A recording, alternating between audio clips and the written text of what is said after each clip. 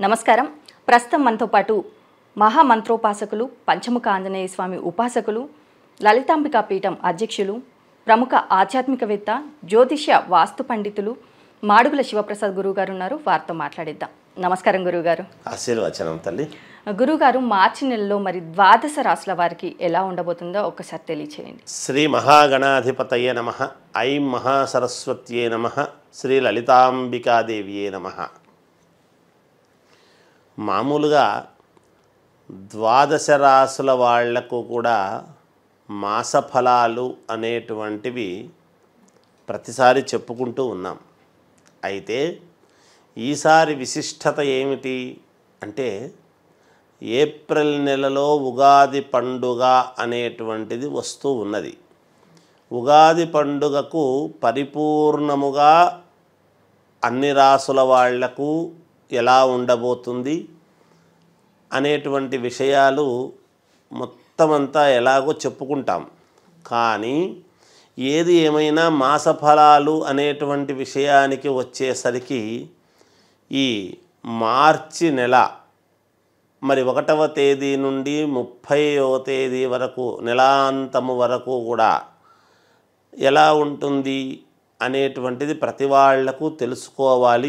తెలుసుకుని ఏమైనా దానికి సంబంధించినటువంటి పరిహారాలు ఉన్నాయా, లేకపోతే ఈ నెలలో ఏమి జరుగుతుంది అని ఇవాల్టి రోజున ప్రతి వాళ్ళు కూడా అనేక రకాల వాళ్ళు ఎంతోమంది చెప్పేటువంటివన్నీ కూడా వింటూ ఉంటారు.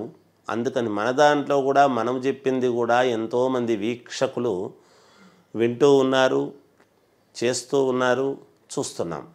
అయితే ఈ మాసంలో ఈ 12 రాసుల వాళ్లకు ఉగాది కంటే ముందే తప్పకుండా ఎలా ఉండబోతున్నది ఏమిటి అనేటువంటిది ఒక రకంగా ఇప్పుడు మనం తెలుసుకుంటున్నాం. అంటే మనకు ఇంగ్లీష్ నెల ప్రకారముగా జనవరి అయినా తెలుగు మాసము ప్రకారముగా మార్చి నెల అనేటువంటిది ఆఖరిది మనము గమనించాల్సింది. అంటే చైత్రశుద్ధ పాడ్యమి అనేటువంటిది ఎప్పుడైతే ఏప్రిల్లో వస్తుందో, ఫాల్గుణ మాసం అనేటువంటిది తెలుగు నెలల ప్రకారముగా ఇది ఆఖరిది కదా. అందుకని అప్పుడు ఇది ఆఖరిదనమాట. మనం మామూలుగా అంటే మళ్ళా మన జీవితం ఎలా ఉండబోతుంది ఏమిటి అని చైత్రమాసంలో ఉగాది రోజు మనం చెప్పుకుంటాం, ఉగాది రోజు నాడు. అందుకని మార్చి నెలలో 12 రాసుల వాళ్లకు ఇప్పుడు ఎలా ఉండబోతుంది అనేది మీకు క్లుప్తముగా తెలియజేసేటువంటి మార్గం తెలియజేస్తాను. కన్యారాశి వారికి మార్చి నెలలో ఎలా ఉండబోతుందో తెలియజేయండి గురువుగారు. కన్యారాశి వారికి ఈ మార్చి నెల అంతా కూడా ఎలా ఉండబోతుంది అంటే, నిజానికి ప్రతి మాస ఫలాలలోనూ చెప్తున్నాను, దాదాపు పుష్కర కాలము పాటు కన్యారాశి వాళ్లకు మహాద్భుతముగా ఉంటుంది అని చెప్తున్నాం. అయితే కొంతమందికి చెప్పినట్టుగా జరగటం, కొంతమందికి ఇప్పుడిప్పుడే జరుగుతుండడము, కొంతమందికి మీరు చెప్పినట్టుగా మేము బాగుపడ్డాము, కొంచెం మాకు ఒక మార్గము దొరికింది అని అనటము, కొంతమంది గురువుగారు మీరు చెబుతున్నారు మాకు ఎలాంటి ఫలితము ఇంకా అందలేదు, ఏమిటి మార్గము అని అడిగేవాళ్ళు కూడా ఉన్నారు. అయితే రాశిపరముగా మహాద్భుతముగా ఉన్నది, అందులో ఏమాత్రము సందేహం లేదు. ఏ రాశి వాళ్ళకైనా రాశుల ప్రకారముగా బాగుంది అన్నప్పుడు మరి అందరూ ఒకే లగ్నంలో పుట్టుండరు కదా. అందుకని ఏ లగ్నంలో పుట్టారు ఆ లగ్నాన్ని బేస్ చేసుకొని మిగతా గ్రహాలన్నీ కూడా ఎక్కడ ఉన్నాయి ఏమిటి అనేటువంటిది ఒక్కసారి మనము వ్యక్తిగతమైనటువంటి జాతకాలు చూసుకోవాల్సినటువంటి అవసరము ఉన్నది. అయితే రాశి ప్రకారముగా అయ్యేటప్పటికి ఏమవుతుంది అంటే, కొంతమందికి పాపం అప్పులు ఎలా తీర్చుకోవాలి, విపరీతమైనటువంటి అప్పులు అయ్యాయి, గతంలో మేము రుణాలు ఎలా తీర్చుకోగలుగుతాము, కొంతమంది మనకు సహకరించినటువంటి వ్యక్తులు గతంలో ఉండేటువంటి వాళ్ళు, ప్రేమతో ఉన్నవాళ్ళు కాస్త దూరమవుతున్నారు, కొన్ని వినకూడని మాటలు కూడా వింటున్నాము, వాళ్లతో సత్సంబంధాలు ఆల్రెడీ తెగిపోయాయి, ఇంకా కొంతమంది ఎంతో ఉన్నతమైనటువంటి వ్యక్తులు, చాలా కావాల్సినటువంటి వ్యక్తులు కూడా ఎప్పుడు దూరం అవుతారా అనేటువంటి పరిస్థితుల్లో ఉంది అని గతంలో అనుకునేటువంటి వాళ్లకు, కన్యారాశి వాళ్లకు ఉన్నాయి కొన్ని. ఆ పనులు కాక, అవి జరగక, ఎప్పుడు జరుగుతాయా అనేటువంటి ఆందోళన, ఆశ, ఎదురు చూడటము ఇవన్నీ ఉన్నాయి. ఖచ్చితముగా కన్యారాశి వాళ్లకు 100% మేలు జరిగి తీరుతుంది గాక. ఎందుకంత ఘంటాపదంగా చెబుతున్నాము అంటే, ఊరికే చెబితే లాభం లేదు కదా. ఏదైనా భగవదనుగ్రహము ఒక్కసారి కన్ను తెరిచేంత వరకే. ఆ తెరిచిన తర్వాత నిజంగా కూడా వీళ్లకు ఎలాంటి అప్పులు ఉండినా, ఎంత అప్పులు ఉండినా తప్పకుండా వీళ్ళు 100% 10 రూపాయలు తీసుకున్నటువంటి చోట 15 ఇచ్చి పోరా నాయనా అని చెప్పి పంపించేటువంటి తత్వమే ఉంటుంది వీళ్లకు. అటువంటి మనస్తత్వము కలిగినటువంటి వాళ్ళు కన్యారాశి వాళ్ళు. కాబట్టి ఖచ్చితముగా మేలు జరిగి తీరుతుంది. అదే కదా, ఆ వచ్చేది కాస్త వచ్చేటప్పటికీ చాలా అనూహ్యముగా సంతోషిస్తారు. అందుకని ఖచ్చితంగా జరిగి తీరుతాయి. కొంతమందికి అనుకున్నటువంటి పనులు గ్యారంటీగా జరుగుతాయి, మేలు జరుగుతుంది. ఒక వ్యక్తి ద్వారా అనూహ్యమైనటువంటి మార్పు వచ్చేటువంటి ఇది కూడా ఉన్నది వీళ్లకు.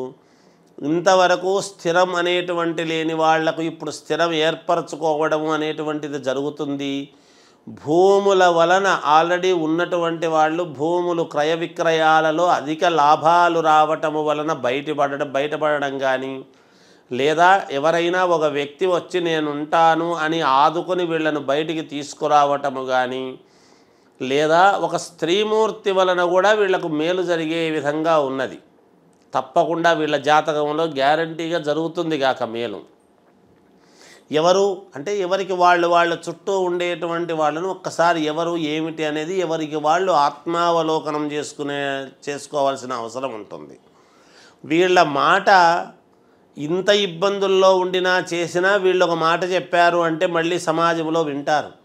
ఎందుకంటే సాధ్యమైనంత వరకు వీళ్ళు యథార్థమే చెబుతారు, అందరికీ అనుకూలమైనటువంటి మాటలే చెబుతారు అనేటువంటిది వీళ్ళకన్నా ముందు వీళ్ళ యొక్క పేరు, వీళ్ళ యొక్క మాట ముందు వెళ్ళుంటుంది. ఫలానా ఆయన మాట ఇచ్చాడు అంటే జరుగుతుంది. దానికే ఇంతకాలము గతంలో వీళ్ళు చేసినటువంటి కొన్ని మంచి పనుల వలన ఇప్పటికీ కొన్ని ఇబ్బందులు పడుతున్నప్పటికీ ఖచ్చితంగా వీళ్ళకి ఇంకా క్రెడిబిలిటీ అనేది ఉంటుంది, పోదు. ఎంతమంది 10 మంది వచ్చి ఏదో కొన్ని రకాలుగా అన్నా చేసినా మిగతా 90% మంది నమ్మే అవకాశాలు ఉన్నాయి మళ్ళీ వీళ్ళను. కాబట్టి వీళ్లకు ఖచ్చితముగా విజయం అనేటువంటిది ఉన్నది కాబట్టి, భగవద్ అనుగ్రహము పరిపూర్ణముగా ఉంది కాబట్టి వీళ్లకు మేలే జరుగుతుంది అని చెప్తున్నాను నేను. ఖచ్చితంగా ఉత్తీర్ణత. ఎన్ని కోట్ల రూపాయలు అప్పు ఉండినా అప్పు తీర్చుకోగలుగుతారు, రుణబాధలు తీరుతాయి. ఎవరెవరికి ఏమేమి ఇవ్వాలనో అవి ఇచ్చేదానికి చూస్తారు. వీళ్ళ మాట చాలా కీలకమైనటువంటి సందర్భాలలో బాగా పనికొస్తుంది, ఒక ఉపయోగపడేటువంటి విధానానికి. ఎదటి వాళ్లకు వీళ్ళకంటే కూడా ఎదటి వాళ్లకు చాలా ఉపయోగపడేటువంటి ఇది ఉంటుంది. ఇంత కష్టాల్లో ఉండినా ఇంకొకరిని పిలిచకపోయి నెత్తినేసుకొని పోయి వీళ్ళకి ఇది మేలు చేయండి అంటే చేస్తారు. అట్లాంటి టయాలు కూడా ఉంటాయి వీళ్ళకు. అందువలన కన్యారాశి వాళ్లకు చాలా మహాద్భుతముగా ఉన్నది, అందులో సందేహం ఏమీ లేదు. వ్యాపారాలు చేసుకునేటువంటి వాళ్లకు మంచి ఇది ఉన్నది. మానసికంగా చాలా ఆందోళనకరంగాను, ఏమో ఎలా ఉంటుందో ఏమో అనేటువంటి దీంట్లో ఉంటారు. కొన్ని చాలా దగ్గరి వరకు వచ్చి తప్పిపోవడం ఉంటుంది. వీటిల్లో ఇంకా ఉద్యోగము కొంచెం అప్గ్రేడ్ కావాల్సినటువంటి వాళ్ళు ఉన్నారు, వివాహము కావాలని ఎదురు చూసేటువంటి వాళ్ళు ఉన్నారు, ఒక పదవి రావాలి అని ఎదురు చూసేటువంటి వాళ్ళు ఉన్నారు, ఒక లోను రావాలి, మాకు ఈ లోన్ వస్తే మేలు జరుగుతుంది అనేటువంటి వాళ్ళు ఉన్నారు. ఇలా అనేక రకాల వాళ్ళు ఉన్నారు అనేక రంగాలలో. ఖచ్చితముగా వీళ్ళందరికీ మేలే జరుగుతుంది గాక, ఖచ్చితంగా జరిగి తీరుతుంది గాక. గ్రహస్థితులు చాలా అనుకూలంగా ఒక్కొక్కటి మేలు జరిగేదానికే ఉన్నాయి వీళ్ళకు. ఉగాది పండుగ తరువాత నుంచి వీళ్ళ యోగము మహాద్భుతముగా ఉండబోతున్నది. కన్యారాశి వాళ్ళది మిగతా రాశుల వాళ్ళదందరిది ఒక ఎత్తు, కన్యారాశి వాళ్ళది మాత్రమే ఒక ఎత్తు. నేను ఘంటాపదంగా చెబుతున్నాను. మిగతా వాళ్ళందరిది ఒక రకమైనటువంటిది. ఒక్క కన్యారాశి వాళ్ళది వీళ్లకు మాటే ప్రామాణికం, కేవలం వాళ్ళ మాట మీదనే నడుస్తూ ఉంటుంది అంతా కూడా. అందువలన వీళ్లకు ఖచ్చితంగా మేలు జరుగుతుంది, ఉత్తీర్ణత ఉన్నది. విద్యార్థులకు చాలా అనుకూలముగా ఉన్నది, బాగా మేలు జరుగుతుంది. వ్యాపారాలు చేసుకునేటువంటి వాళ్లకు అనుకూలంగా ఉంటున్నది, బాగుంది. అలాగే రియల్ ఎస్టేట్ సంస్థలో పనిచేసేటువంటి వాళ్లకు బాగున్నది. అన్ని రంగాల వాళ్లకు చాలా బాగుంది. సినిమా రంగము వాళ్లకు ఇంకా ఇంకా బాగున్నది. మరి రాజకీయ నాయకులకు ఎలా? రాజకీయ రంగములో ఉండేటువంటి వాళ్లకు చాలా అంటే చాలా బాగుంది. వీళ్ళ మాటతో వీళ్ళు ఒకరు గెలవడం అనేటువంటిది కాకుండా వీళ్ళ చుట్టూ ఉండేటువంటి వాళ్లను మిగతా 3-4 ఎలా గెలిపించుకోగలము అనేటువంటి దాని మీద ఎవడైనా నేను గెలిస్తే చాలనుకుంటాడు. కానీ కన్యారాశి వాళ్ళు కనుక రాజకీయాల్లో ఉంటే తాను గెలవడమే కాకుండా తనతో పాటి ఒక వర్గమంతా కూడా గెలిచేదానికి ఏమిటి అని వ్యూహాలు పన్నగలిగినటువంటి సామర్థ్యము ఉంటుంది వీళ్లకు. అందువలన చాలా మహాద్భుతంగా ఉన్నది. ఏది ఏమైనా వ్యక్తిగతమైనటువంటి జాతకాలను పరిశీలన చేసుకొని ముందుకు వెళితే వీళ్లకు చాలా యోగవంతముగా ఉంటుంది అని తెలియజేస్తున్నాను. మరి అలాగే కన్యారాశి వారు చేసుకోవాల్సిన పరిహారాలు ఏంటంటారు? కన్యారాశి వాళ్ళు చేసుకోవాల్సినటువంటి పరిహారం ఏమిటి అంటే ఆంజనేయ స్వామిని, అమ్మవారిని ఆరాధించటం అనేటువంటిది చాలా శ్రేయోదాయకమైన విషయం. అలాగే గురువుగారు, కన్యారాశి వారికి మార్చి నెలలో ఎలా ఉండబోతుంది, అలాగే వీరు చేసుకోవాల్సిన పరిహారాలు ఏంటి అనేసి చాలా చక్కగా వివరించారు. ధన్యవాదములు. జయోస్తు.